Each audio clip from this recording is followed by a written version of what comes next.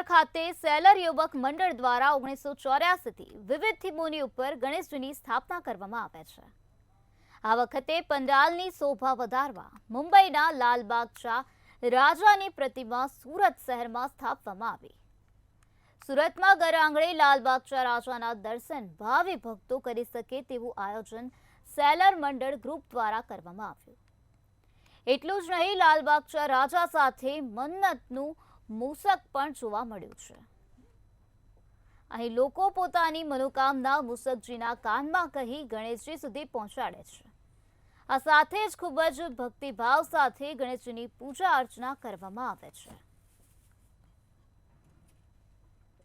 White colour તમે જોવો છો, મંડપમાં વ્હાઇટ કલર છે, વ્હાઇટ ફૂલ છે, વ્હાઇટ કબૂતર છે।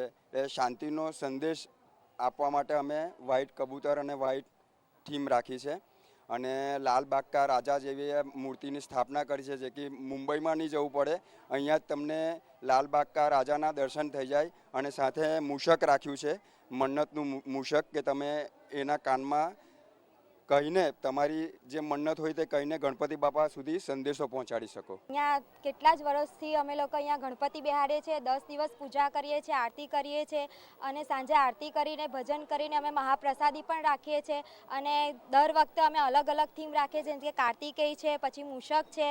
આ વખતે અમે લાલબાગના રાજા રાખ્યા છે, લાલબાગના રાજા રાખ્યા, જેથી અમને સાક્ષાત બોમ્બે જવાની જરૂર નથી, અમને અહીંયા જ સાક્ષાત લાલબાગના રાજાના દર્શન થઈ જાય છે અને એના માટે અમે અહીંયા મૂષક રાખ્યું છે, જેના સાથે અમે સંદેશો લાલબાગના રાજા સુધી પહોંચાડી શકીએ છીએ।